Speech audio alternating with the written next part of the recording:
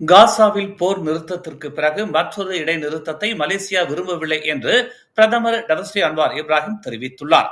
பாலஸ்தீனத்திற்கும் இஸ்ரேலுக்கும் இடையில் தற்போது நடைமுறையில் உள்ள போர் நிறுத்தம் குறித்து அவர் இவ்வாறு தெரிவித்தார்.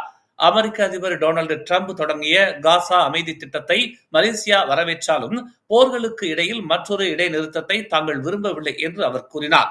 தங்களை பொறுத்தவரை போர் நிறுத்தம் காசாவை மீண்டும் கட்டி எழுப்புவதற்கும் கண்ணியத்தை மீட்டெடுப்பதற்கும் பாலஸ்தீனியர்கள் தங்கள் சொந்த நிலத்தில் சுதந்திரமாக வாழ்வதற்கான உரிமையை அங்கீகரிப்பதற்கும் ஒரு வாசலாக இருக்க வேண்டும் என்று அவர் நேற்று சர்வதேச நடுவர் மையத்தில் நடைபெற்ற ஒரு கூட்டத்தில் தெரிவித்தார்.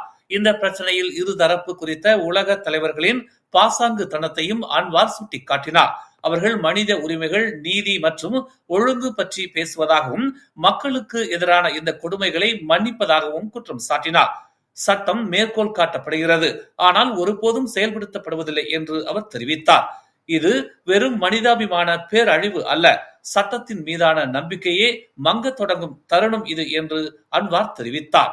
வரவிருக்கும் ஆசியான் உச்சி மாநாட்டில் ட்ரம்ப் கலந்து கொள்வது குறித்த கேள்விகளை தொடர்ந்து மலேசியா பாலஸ்தீனம் தொடர்பாக அமெரிக்காவுடன் தொடர்ந்து பேசுவோம் என்று மக்களவைக்கு சமீபத்தில் உறுதி அளித்ததாக அன்வார் தெரிவித்தார்.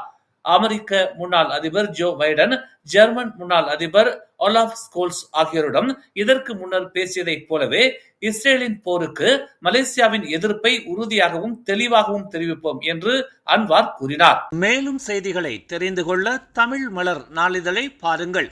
உடனுக்குடன் செய்திகளை தெரிந்து கொள்ள தமிழ் மலர் இணையதளம், தமிழ் மலர் செயலி மற்றும் மலர் டிவி யூடியூப் சேனலை வலம் வாருங்கள். எங்களோடு இணைந்திருக்க மலர் டிவியை பதிவு செய்து கொள்ளுங்கள்.